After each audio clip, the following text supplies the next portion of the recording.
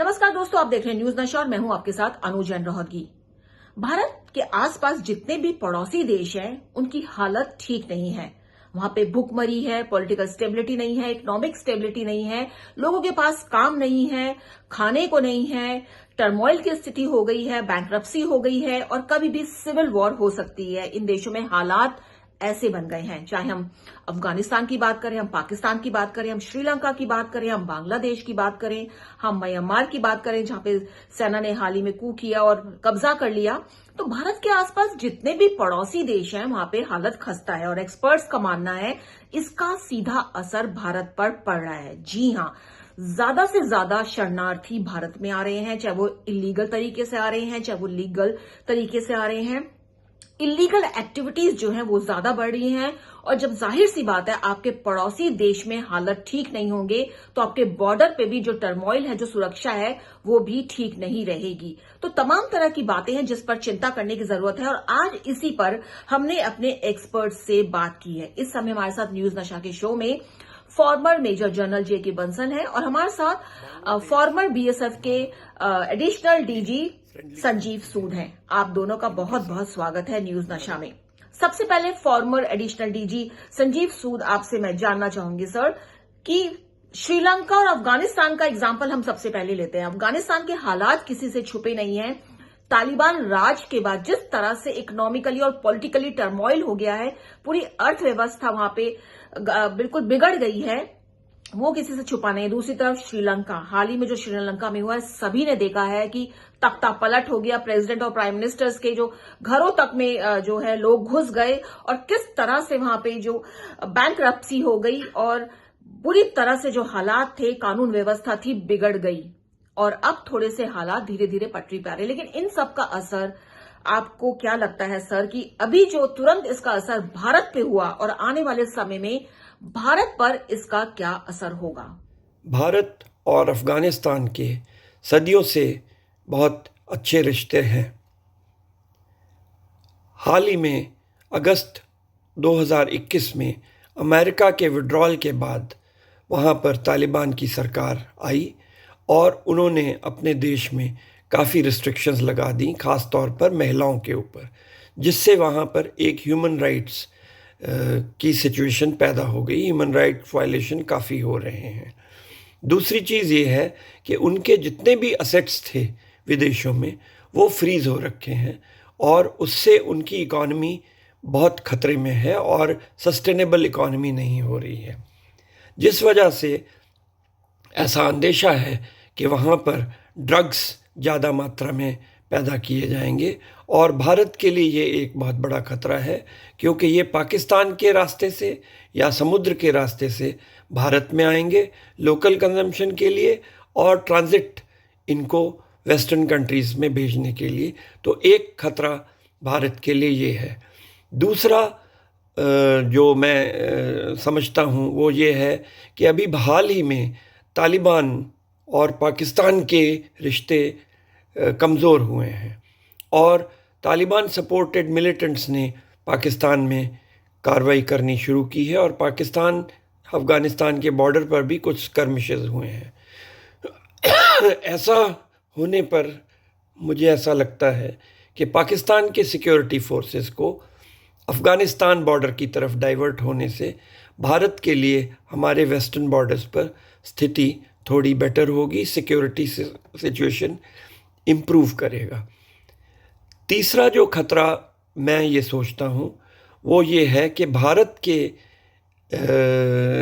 काफ़ी सारे असेट्स अफ़गानिस्तान में हैं जिनका रख रखाव, देखभाल, मेंटेनेंस भारत करता होता था, परंतु क्योंकि तालिबान से किसी भी प्रकार के कोई रिश्ते अभी नहीं हैं तो उनके बारे में एक अनसर्टेनिटी का माहौल बना हुआ है और भारत के लिए ये जो एक अपॉर्चुनिटी बनती है वहाँ पर और जाकर रिकंस्ट्रक्शन करने की, जो वॉर रेवेज्ड कंट्री है वहाँ पर और रिकंस्ट्रक्शन करने की जो एक अपॉर्चुनिटी बनती है, वो अभी हमें अवेलेबल नहीं है जब तक हम तालिबान के साथ रिश्तों को और अच्छी तरह से सुदृढ़ ना कर सकें।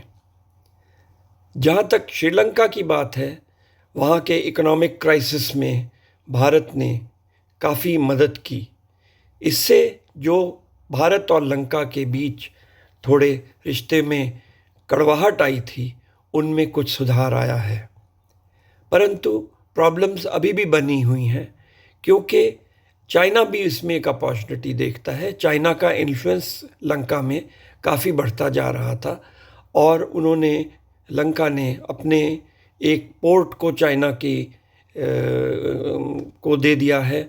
और इसके अलावा कोलंबो पोर्ट, जो कि जापान, हिंदुस्तान और लंका के ट्राइपार्टाइट एग्रीमेंट में बनाना था, वहाँ पर जो फैसिलिटीज़, उनको भी उस करार को भी उन्होंने तोड़ दिया। तो भारत के लिए यहाँ पर ये नुकसान है कि भारत का काफ़ी ज़्यादा एक्सपोर्ट और इंपोर्ट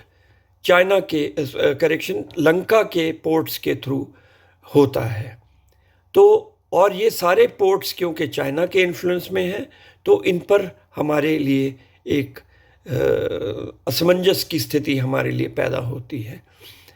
दूसरी चीज़ ये है कि जो हमारे एक्सपोर्टर्स एक्सपोर्ट करते हैं लंका को सामान, वो सामान का पेमेंट आने में काफ़ी प्रॉब्लम हो सकती है, क्योंकि लंका के पास में फॉरेन एक्सचेंज रिजर्व्स नहीं हैं और उससे पेमेंट में डिले होने का बहुत संभावना है।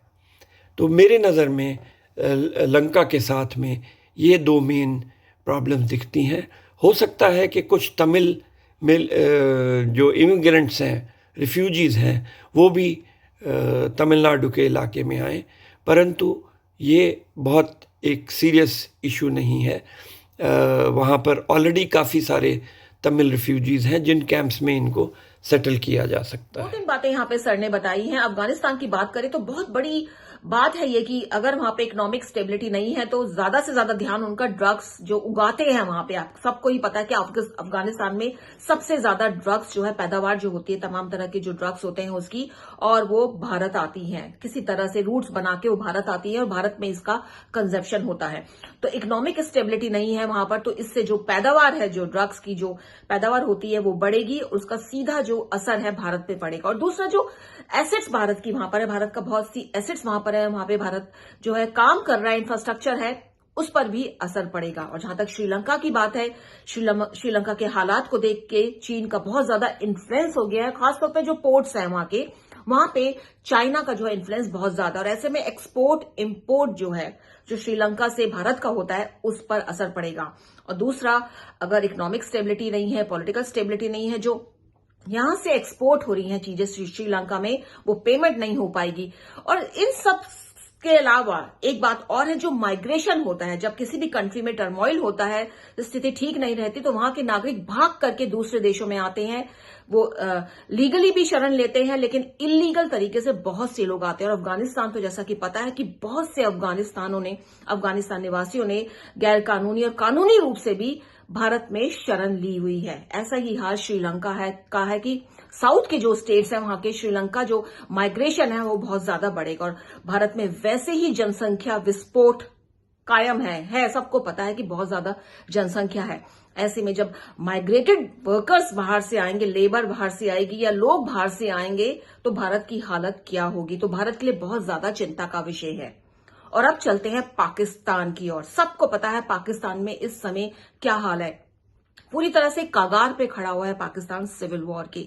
खाने खाने को मोहताज है पाकिस्तानी के लोग। और ऐसे में पाकिस्तान में जो हालात है, उसका असर भारत पे क्या पड़ेगा, इसके बारे में हम जानेंगे। हमारे साथ जेके बंसल है, फॉर्मर डायरेक्टर जनरल है हमारे साथ। सर, ये बताइए कि पाकिस्तान के हालात से हमको कितना घबराना चाहिए? पाकिस्तान दिवालियापन की कगार पर है, भूखमरी है, लोगों के पास खाना नहीं है, इस्तेमाल करने के लिए चीजें नहीं है, और तो और जो उनकी फौज है उसको भी भरपेट खाना नहीं मिल रहा है।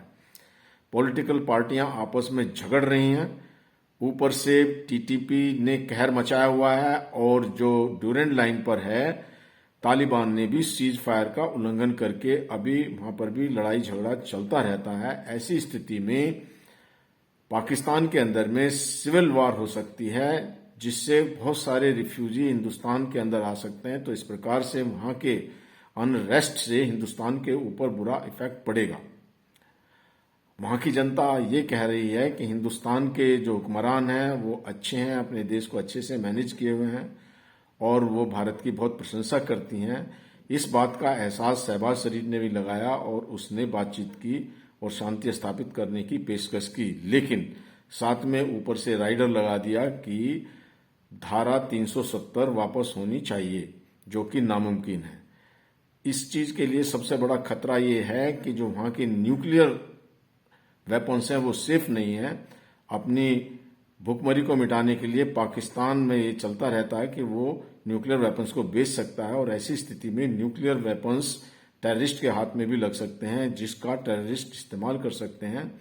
और अब एक स्थिति ऐसी कि ईरान, अफगानिस्तान और लाहौर तक एक हॉटबेड बना हुआ है टेररिस्ट का, जिसका हिंदुस्तान के ऊपर में भी बुरा असर पड़ेगा और ये हिंदुस्तान के लिए बहुत बड़ी चुनौती है। हमको सावधान रहना बहुत जरूरी है।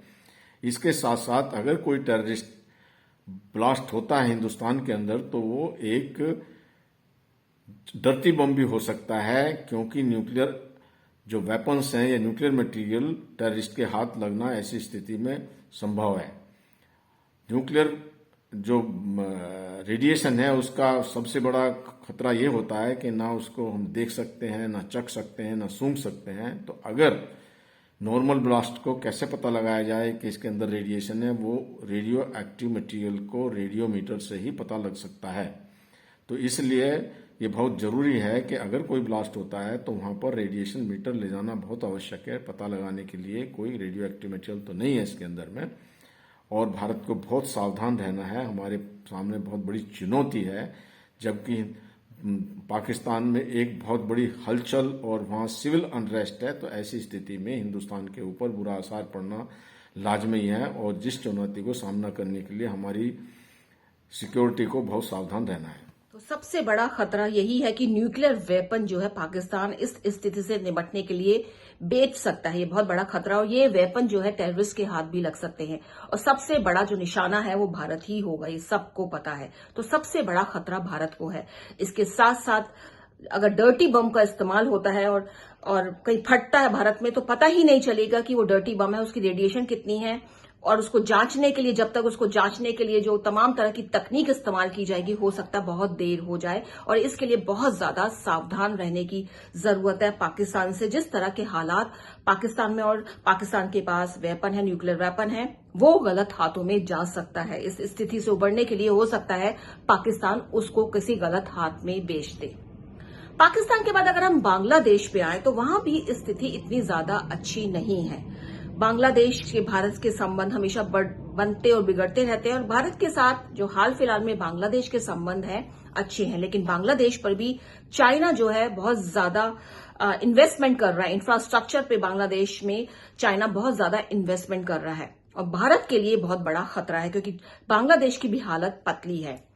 तो यहां पर हम संजीव सूद सर आपसे जानना चाहेंगे किस तरह से बांग्लादेश में जो हालात हैं उससे भारत को क्या क्या खतरा हो सकता है। बांग्लादेश हमारा एक फ्रेंडली कंट्री है। इनके साथ हमारे रिलेशंस ज़्यादातर अच्छे रहे हैं, और 2015 में लैंड बाउंड्री एग्रीमेंट साइन करने के बाद सिर्फ एक तीस्ता का मसला हल करना बाकी रह गया है। परंतु अभी कुछ दिनों से जो हालात बांग्लादेश में बन रहे हैं उनसे थोड़ी चिंता का विषय बनता जा रहा है। पहला तो ये देखा गया है कि वहाँ पर माइनॉरिटीज़ के ऊपर कई दफ़ा हमले हुए हैं, उनके धार्मिक स्थलों को उजाड़ा गया है, उनके ऊपर हमले हुए हैं। और दूसरा, वहाँ की इकोनॉमिक स्थिति बहुत अच्छी नहीं है। उनको IMF से अपनी इकॉनमी को इम्प्रूव करने के लिए लोन वगैरह लेना पड़ा, और जो उन्होंने सब्सिडी करते थे अपने पेट्रोल और फ्यूल, बाकी फ्यूल्स के लिए, वो उनको ख़त्म करनी पड़ी है। तो इससे वहाँ की इकोनॉमिक हालत भी थोड़ी सी ख़राब हुई है।